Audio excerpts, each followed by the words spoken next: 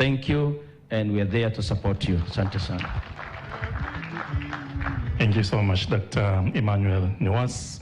Mheshimiwa Waziri Dr. Nwas, huyu ni daktari kabisa wa binadamu, ni tabibu, amehudumu kwa muda mrefu kule Mbulu. Waziri, ninaomba uridhie tupokee salamu kutoka Wizara ya Fedha na zinawasilishwa na Mheshimiwa Naibu Waziri wa Wizara ya Fedha, Mheshimiwa Msham Munde. I now welcome to the podium Honorable Msham Munde, who is the Deputy Minister of Finance, for very brief remarks. Karibu sana Mheshimiwa.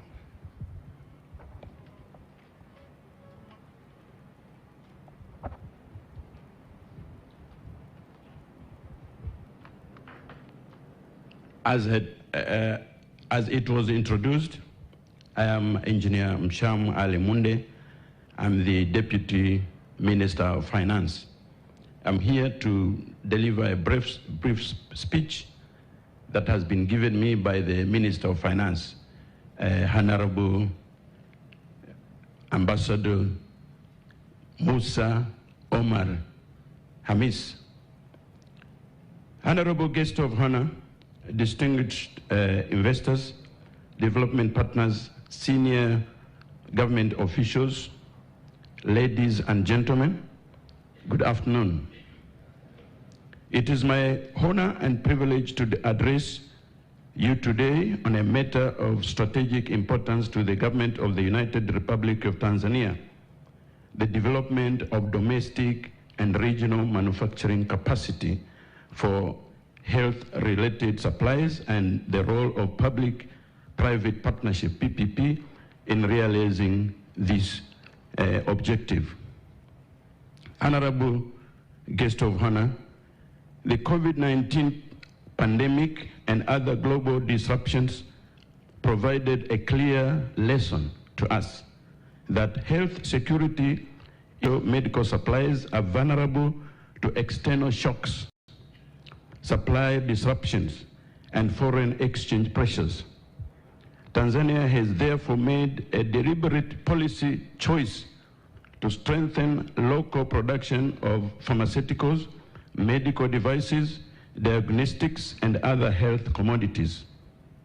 At the same time, demand for health products is growing rapidly, as you know, both domestically and across the East African and Southern African countries. This presents not only a public health imperative, but also a significant industrial and investment opportunity. I hope this is why you're here. Honorable Guest of Honor, the government recognizes that achieving this ambition requires strong collaboration with the private sector. Public-private partnerships offer a powerful mechanism to mobilize private capital, technology, innovation, and managerial expertise, while ensuring that public interests are safeguarded. Through PPP arrangements, Tanzania is opening opportunities for investors to participate in the following: pharmaceutical and medical device manufacturing facilities, diagnostic laboratory supplies and reagents, shared infrastructures such as quality control laboratories, cold chains, and logistics platforms, and more importantly, technology transfer and contract manufacturing partnerships. To support these opportunities, the government has strengthened the legal and institutional framework for PPPs.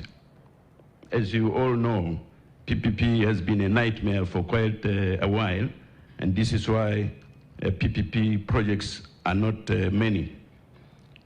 Amendments to the Public-Private Partnership Act in 2023 has enhanced flexibility, transparency, and investor confidence, while aligning PPP projects with the incentives available under the Tanzania Investment and Special Economic Zone Act, TISEZA.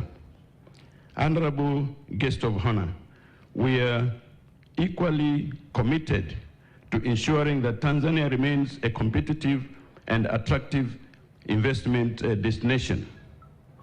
Investors in health-related manufacturing benefit from a range of fiscal and non-fiscal incentives. As you probably know, that incentives in this sector did not include fiscal areas, including tax reliefs, exemptions on capital goods and raw materials, access to serviced land in special economic zones. Health products also enjoy preferential access to public procurement, providing stable and predictable demand. Beyond the domestic market, Tanzania offers strategic access to regional markets under the East Africa Community and SADC, positioning investors to serve a population of over 400 million people from a stable and well-connected base. This is a very big opportunity to you investors. Honorable guest of honor, our long-term vision is clear. Tanzania aims to become a regional hub for the manufacturing of health-related products, a center of policy consistency, macroeconomic stability, and a firm commitment to public-private collaboration. To our investors and partners present today, I wish to emphasize this to you. Tanzania is open for partnership. I repeat, we can build a resilient health supply, lasting value to our people and the region. Honorable guest of honor and distinguished guests, I thank you for your attention and for your continued confidence in Tanzania. I look forward to fruitful discussions and enduring partnership. Thank you very much.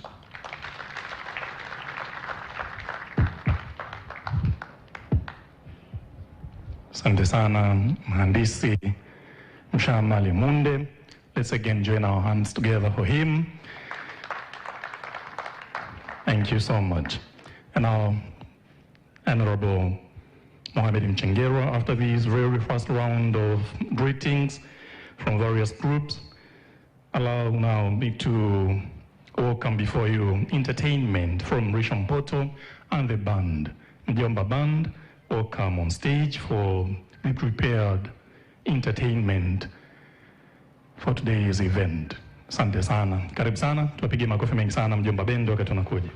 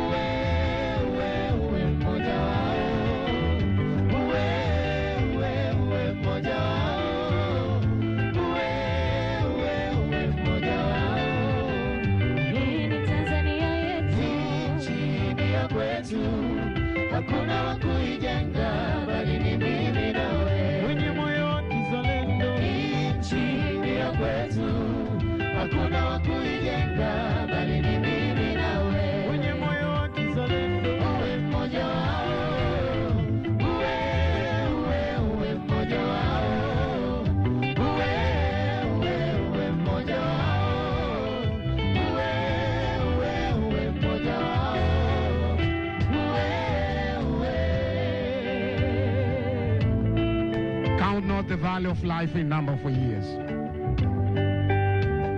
but in seconds and minutes of needs, which are that in people's heart and they think prestige.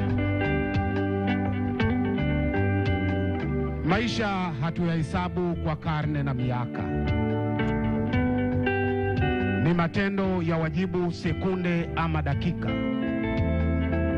yatakayoleta thawabu kwa watu kuyakumbuka. Ndiyo maisha, thawabu na yanayohesabika. Ndugu zangu, hatuangalii tumeishi karne ngapi, hatuangalii tumeishi miongo mingapi, hatuangalii tumeishi siku ngapi. Tunaangalia katika nafasi ndogo ulioaminiwa umefanya nini kwa ajili ya kuacha kumbukumbu na historia katika watu waliokuamini. Leo tunazungumzia miaka kadhaa katika historia ya nchi hii. Tunazungumzia Watanzania zaidi ya milioni 61. Tunazungumzia bima ya afya kwa wote, kwa kila Mtanzania. Hakuna sababu nyingine. Lengo kila mtu afurahie, aenjoy maisha ya nchi aliyozaliwa. Mtu kazi, kinachotokea leo unakwenda kugusa mioyo ya Watanzania. Watanzania kila wanapolala wanaamka wanaulizia kuhusiana na afya zao. Watanzania kila wanapolala wanaamka wanauliza bima ya afya itaanza lini kwa ajili ya maisha yao. Mtu kazi, forum hii ulioitisha leo, unayokwenda kuifanya leo, inakwenda kuandika historia katika nafasi ulioaminiwa na Mheshimiwa Rais. Naomba tumpigie makofi mengi sana. Mtu kazi, haiwezekani kwa taifa lenye rasilimali zote hizi tuwe na uzalishaji wa dawa kwa kiwango hicho ambacho tumesimuliwa. Mtu kazi, hawa ni wageni wako, hawa ni watu wako, wamekuja kukufuata wewe. Waonyeshe matumaini, wape nafasi, wawekeze, tukanusuru mioyo ya Watanzania. Watanzania wanahitaji bima ya afya kwa wote. Watanzania wanahitaji kuwa na amani ya afya zao. Jambo hili limebebwa, tumeliweka kwenye mikono yako mtu kazi. Mtu kazi, nenda kanusuru Watanzania. Mtu kazi, ukienda kwenye kila kona ya nchi hii, watu wanasubiri huruma ya Daktari Samia Suluhu Hassan. Ukienda kwenye kila kona ya nchi hii, watu wanataka kuwa na uhakika wa afya zao, na afya zao ziko kwenye mikono yako. Afya zao ziko kwenye dhamana ulioaminiwa. Mtu kazi, wageni wako ni hawa, zungumza nao, wapewe fursa, tupunguze urasimu. Aingie mlango huu, atoke mlango ule, akiwa na certificate yake, aende akaanzishe kiwanda chake. Tunusuru wa Tanzania, hii nchi ni ya kwetu.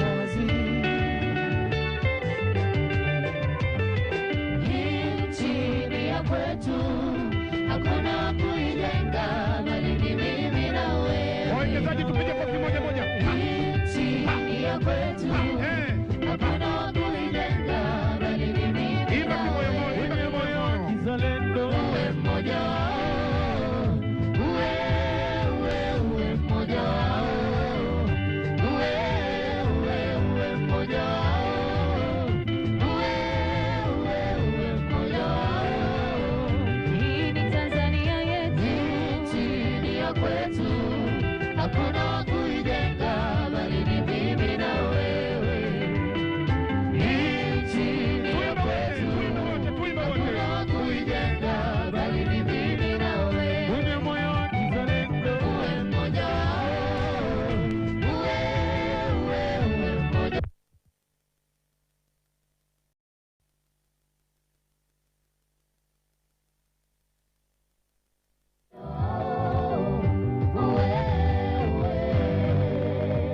Hakuna wa kujenga nchi hii bali ni mimi na wewe, na kwa umadhubuti nchi hii inajengwa kuanzia chini kule, kwa watu wasiojua wanaojua kesho yao, wakiwa wamebeba dhamana yetu, ikiwa imebebwa na wewe mtu kazi. Mungu akubariki. Wageni wako hao hapo, ongea nao, waonyeshe fursa za uwekezaji kwenye viwanda vya dawa Tanzania.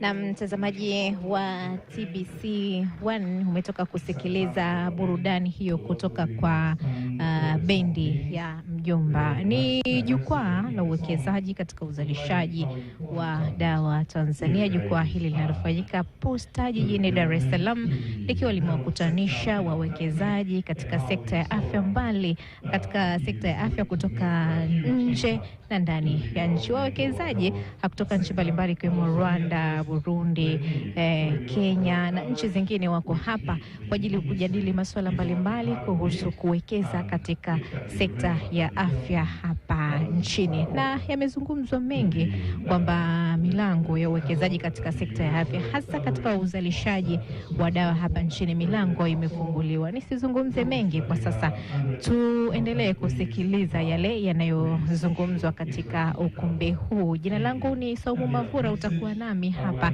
lakini pia nitashirikiana naye Violet Mbaruku mpaka pale tamati ya jukwaa hili linalofanyika Posta jijini Dar es Salaam. Again, let's give a very huge round of applause to Mrisho Mpoto.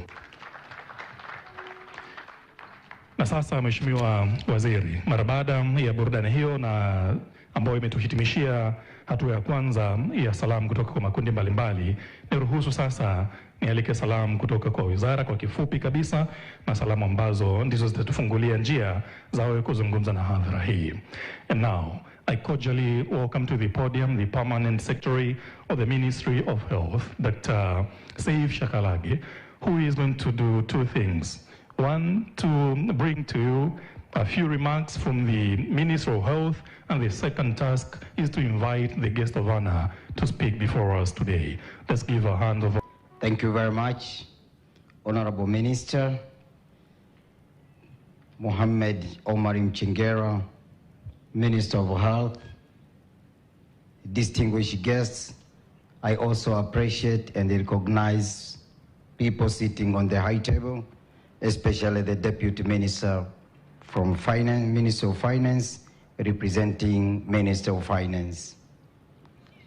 Allow me, before I give my remarks, to give an additional introduction. While Chief Medical Officer was giving introduction to who is in the room or who have registered, there were a few members that were forgotten, but also let me also from Canada, from France, from Pakistan, from Russia, from Latvia, and from Uganda. And we are going to do this as we continue, as people are continuing registering. Ladies and gentlemen, good morning, and once again, you are warmly welcome to Tanzania, but most important, welcome to this Tanzania Pharmaceutical Production Investments Forum. Honorable Minister, Honorable Minister, development, health. If any country to develop economically, you need a healthy population. The country develop economically. And we do understand for the country to have a healthy population, and then there is a primary prevention. When people get ill, there is a medication to treat the people so they could come to the population, then they can continue with their economic activities.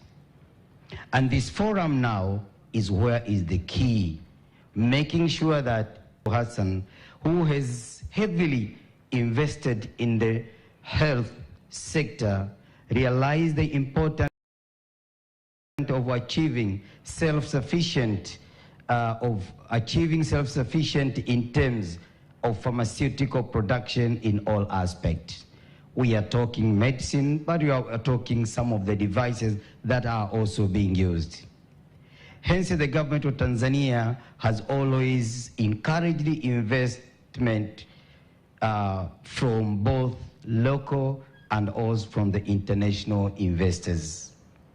And this is why we have been called upon this forum, where Honorable Mohamed Mchengerwa has called this forum, just to assure that the investment in our country, but also to continue showing that the government is willing and is ready to attract and give all the support to the investors.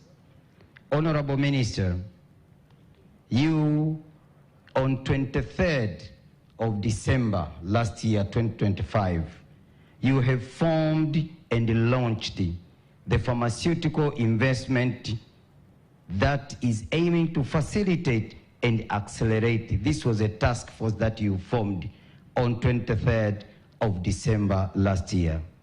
And the objective of that task force, you really wanted to facilitate and accelerate the process of the investment in our country. But also, Honorable Minister, in that regard,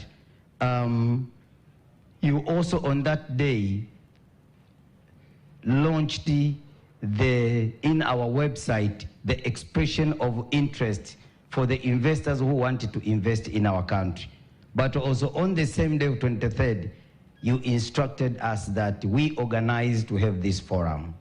This is another day, and it's a big hit. And in this regard, on behalf of you, I would like really to ask each one of us who are in this room to appreciate each one of us for coming in a large number. Honorable Minister, aim are sufficient in the medical production in our country. Having said that, Honorable Minister, I don't want to talk too much, but I was just trying to set the ground for you. When I invite you, then you could deliver your speech. Now, with the respect, I would like to invite you to come and deliver your speech, and I am sure the audience is ready to listen to your speech, the directives, the hope that you are going to give these investors that have coming in a large number from different countries. Honorable Minister, please welcome to deliver your speech.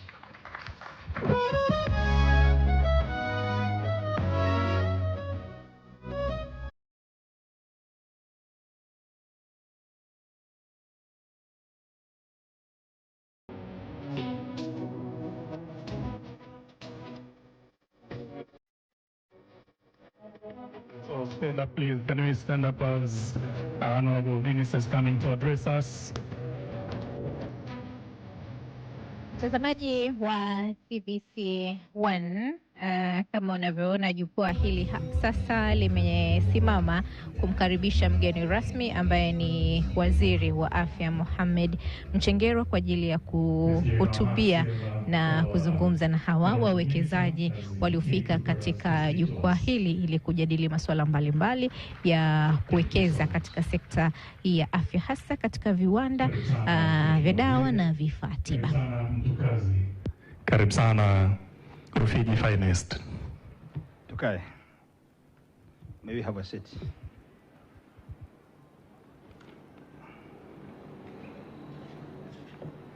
Honorable Mshamu Munde, Deputy Minister of Finance, on behalf of Minister of Finance, Dr. Emmanuel Nuwas, Member of the Parliament representing Parliamentary Standing Committee on Health Issues, Dr. Saif Shekilagi, Permanent Secretary, Minister of Health,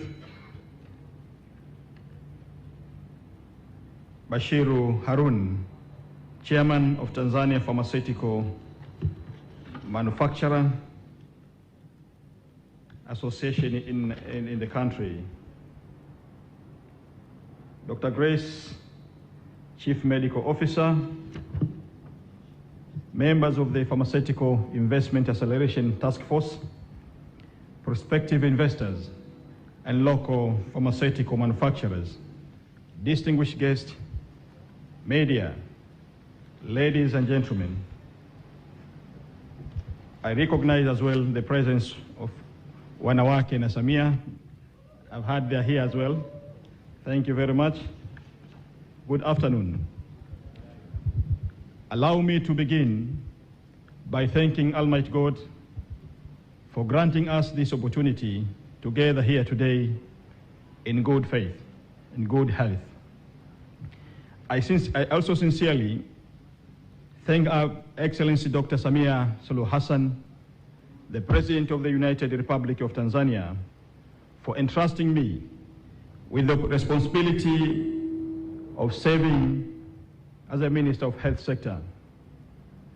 Her vision for this sector is bold, strategic, and long-term, particularly in the area of pharmaceutical production, which she rightly views as a cornerstone of health security, industrial economic growth, and national dignity. Honorable guests, distinguished investors, ladies and gentlemen, I warmly welcome you to this strategic forum. Your presence here is not incidental. It is a clear demonstration of our shared commitment to building a strong, competitive, and self-reliant pharmaceutical sector. It shows your readiness to join the President's vision of transforming Tanzania towards pharmaceutical regional manufacturing hub. The government recognizes pharmaceutical and health product manufacturers as strategic partners in safeguarding the health of Tanzania and our national journey toward self-reliance, regional and global competitiveness. I clearly understand that national health security cannot be built on dependence in imported medicines alone. It must be built by encouraging local investments, strengthening the capacity of our industries, and fully integrating them into regional and global value chains.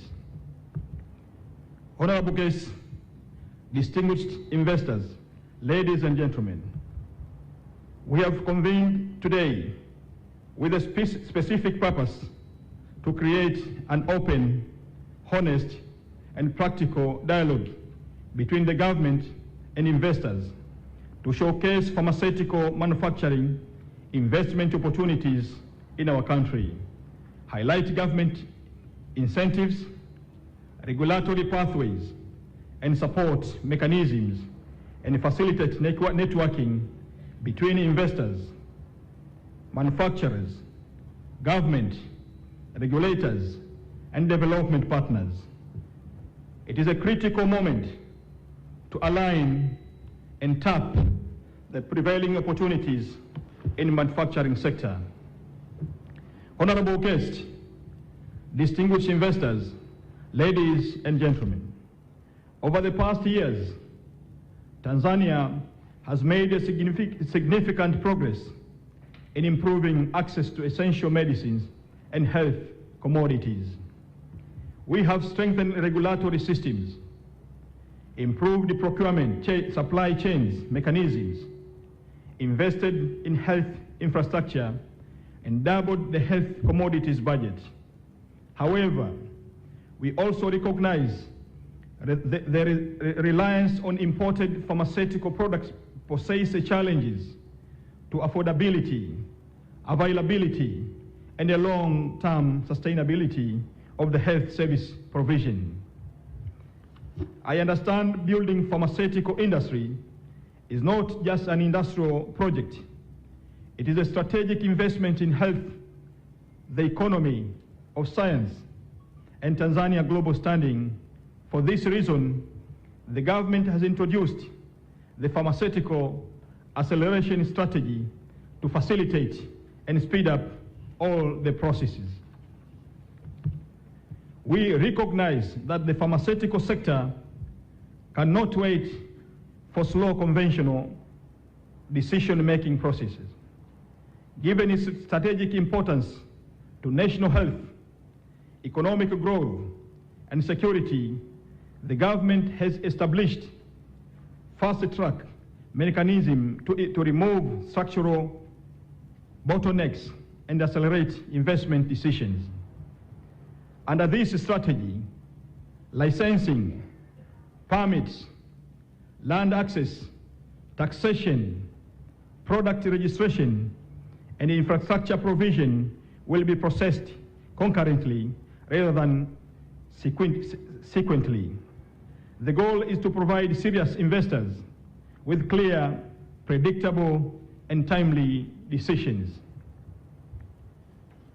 To operationalize this, the government has established the Pharmaceutical Investment Acceleration Task Force, PIT. PIT has direct authority to coordinate and fast-track strategic pharmaceutical investment from project evaluation and approval to final implementation decision, eliminating bureaucracy delays. PIAT brings together decision makers with direct authority across policy, regulation, finance, land, energy, trade, investment, and public procurement. This ensures that the decisions are made decisively at one table with a unified national perspective. Through PIAT, Tanzania is creating a strategic window for pharmaceutical investors through transparent, time-bound, and result-oriented. PIAT does not only facilitate decision-making, it monitors implementation in real time. Honorable guests, distinguished investors, ladies and gentlemen, I'm pleased to formally announce that the government has issued and published an expression of interest, EOI, for investment in pharmaceutical and health product manufacturing.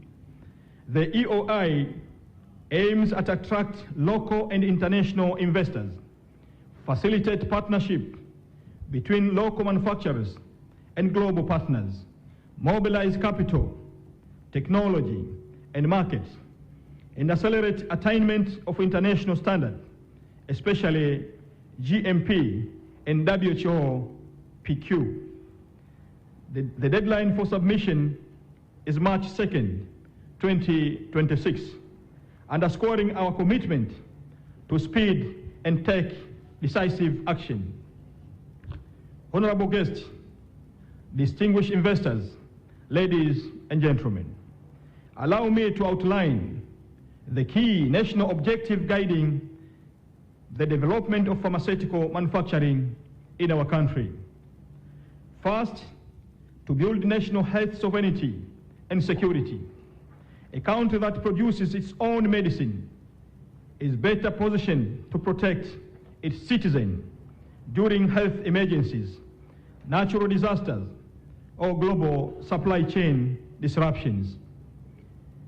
Global experience has shown that countries without domestic pharmaceutical production are more vulnerable during crisis, a lesson learned during COVID-19.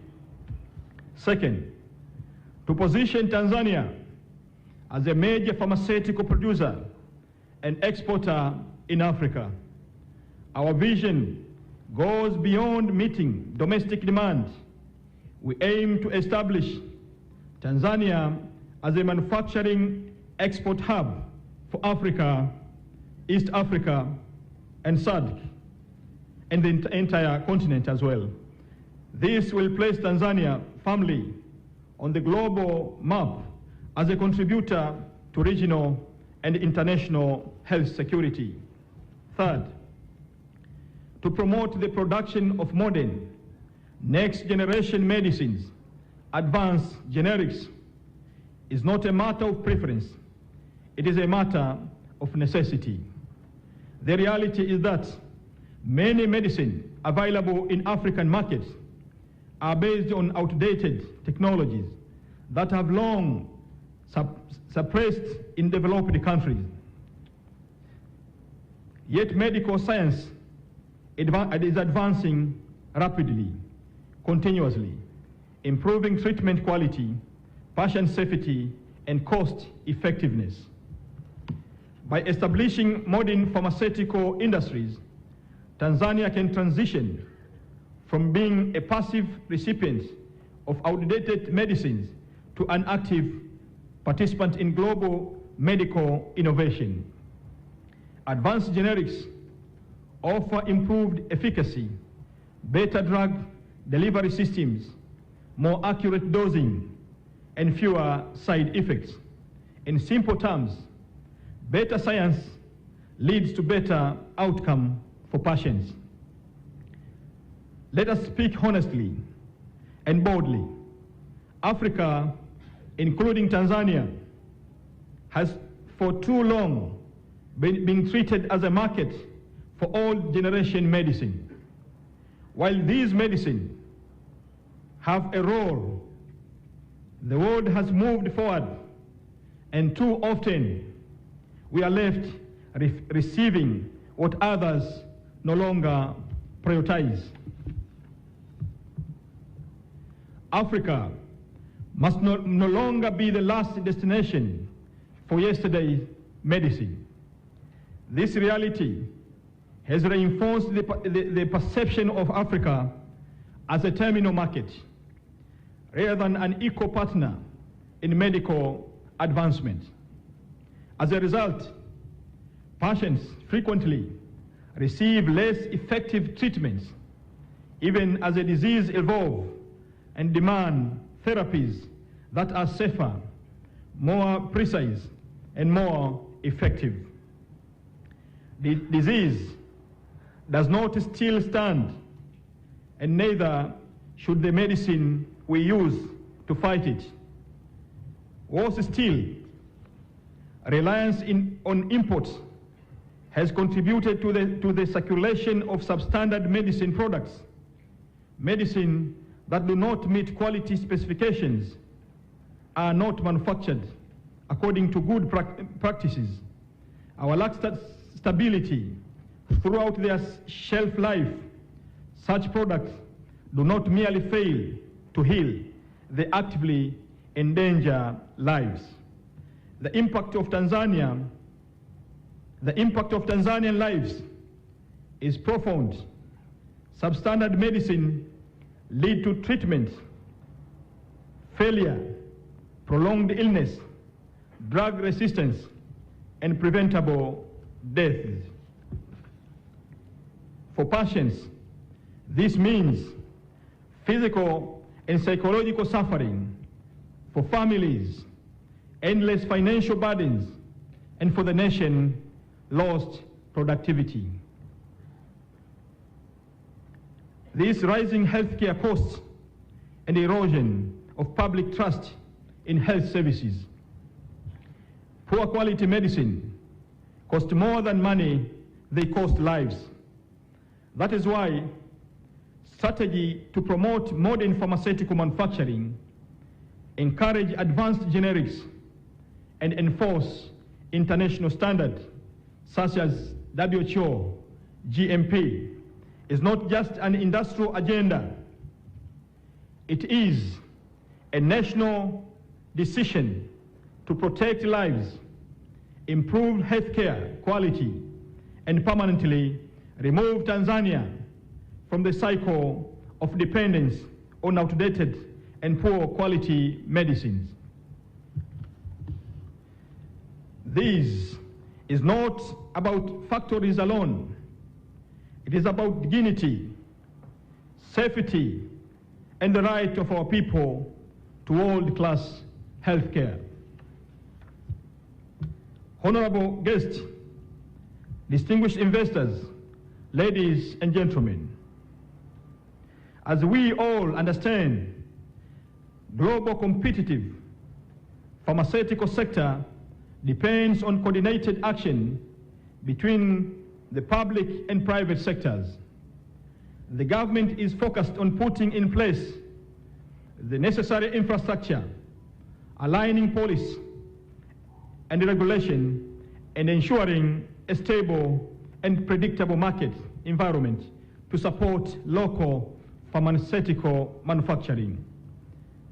The forum comes at a moment, providing opportunity to examine how government-led infrastructure, readiness, and market assurance can support increased local manufacturing, research and development, technology transfer and investment, with direct implication for health security, economic growth, job creation, and industrial development.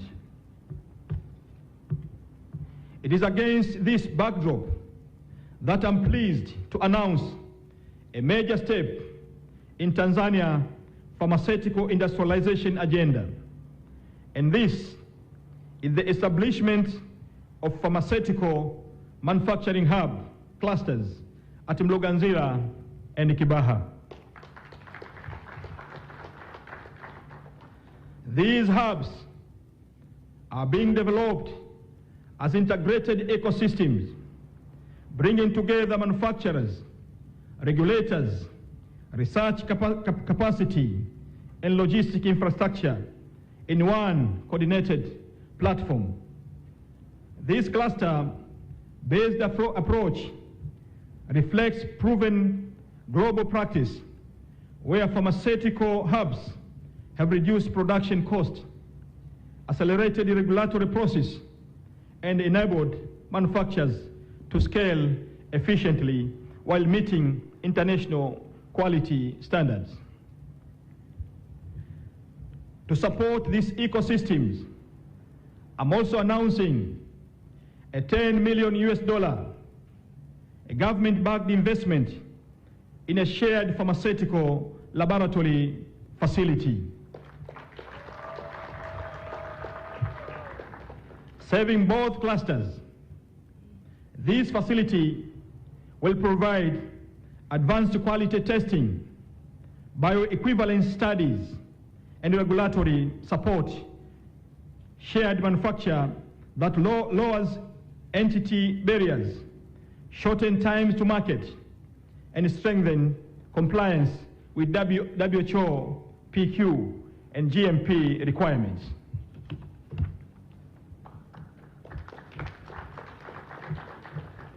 Alongside infrastructure investment, the government is also committing to a clear policy framework for market protection. For investors, let me be clear on policy protection. Once local manufacturers achieve internationally recognized quality standards, government will align procurement, tariff, and regulatory instruments to prioritize quality-assured local production, ensuring market stability, predictability of demand, and fair competition against imports. This is the rules-based framework anchored in quality and performance, not discretion, distinguished investors. As I've already stated, and let me emphasize again with full clarity, market certainty is non-negotiable. I will repeat, market certainty is non-negotiable for serious pharmaceutical manufacturers. Tanzania is not inviting you to invest and leaving you exposed. Once you invest, comply with WHO pre-qualification and GMP standards, and manufacture competitively in Tanzania, the government will actively protect your market position. The government will protect your market position. And this includes structured market assurance through public procurement, preferential treatment for locally manufactured, quality compliant products, fiscal and tariff instruments to prevent unfair import competition, regulatory enforcement against substandard and dumping practices. Allow me to state this point with absolute clarity. No investor will be asked to build factories in Tanzania only to be frustrated by unfair imports. That era is over.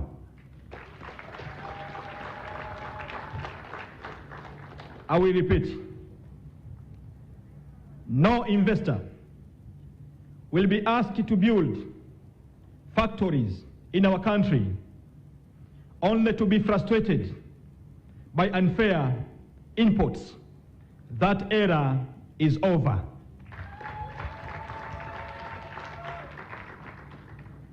And further, we will use all lawful power of the state, police, regulation, procurement, and taxation to protect serious pharmaceutical investments.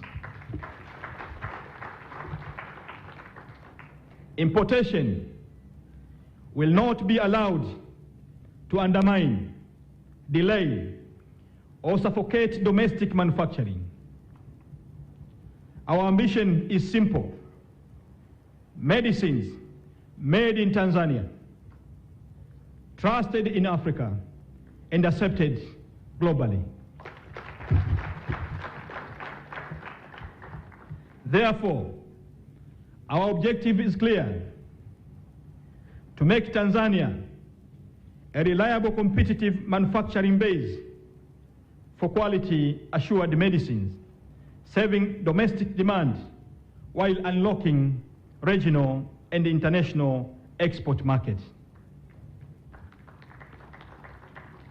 Government is investing alongside the private sector to reduce risk, enhance predictability, and create an environment where capital, technology, and skills can scale with confidence.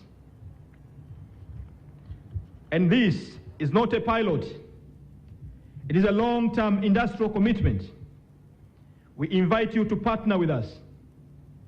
We invite you to partner with us in building pharmaceutical manufacturing ecosystem that is commercially viable, globally compliant, and strategically positioned for Africa's growing health market. Honorable guests, distinguished investors, ladies and gentlemen,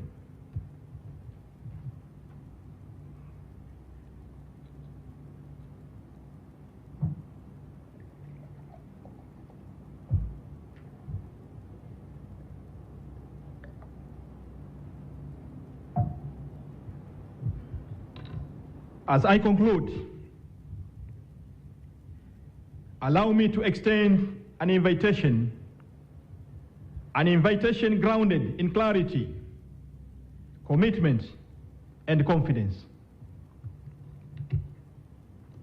Tanzania has made a deliberate and irreversible choice to invest in modern pharmaceutical manufacturing as a pillar of health security, industrial growth, and regional leadership. We have aligned policy, regulation, infrastructure, and political will to support those who are ready to build, innovate, and produce. The opportunity before you is not theoretical. The market is real. The demand is growing. The regulatory pathways is clear, and the government stand ready to work with serious partners openly, decisively, and in good faith.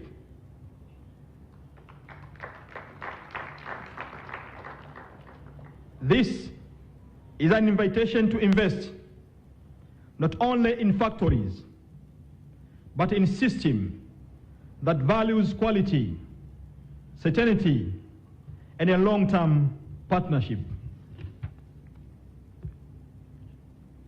For those prepared to manufacture locally, meet international standards, and think beyond short-term returns, Tanzania offers stable platform for growth, expansion, and regional reach. We healthcare in Africa with us. Honorable guests,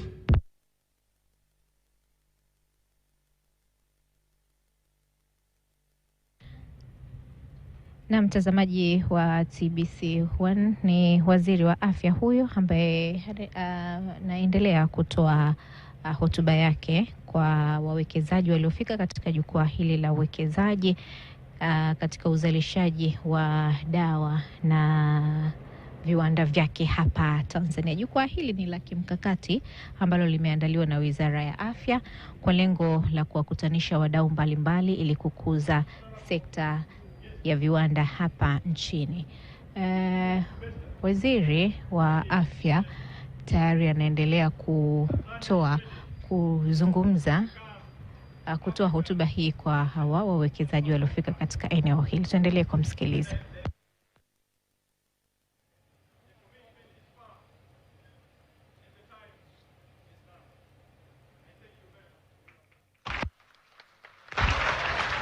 Na mtazamaji wa TBC1, waziri wa afya amekamilisha kutoa hotuba yake akiwa amesisitiza mambo muhimu, ikiwa ni pamoja na kuwakaribisha wawekezaji hapa nchini kuwekeza katika kujenga viwanda vya dawa hapa nchini. Violet Mbaruku umekuwa nami, tumemsikiliza waziri akitoa hotuba yake kwa wawekezaji hawa ambao wamefika hapa, na mengi ameyazungumza, ikiwa ni pamoja na kusema kwamba tayari serikali imeshatoa wito maalum kwa kuwataka wale wote wenye nia ya kuwekeza hapa nchini, hasa katika sekta ya uzalishaji wa dawa na viwanda kuja hapa nchini. Milango iko wazi kuwekeza. Vipi, umenoti baadhi ya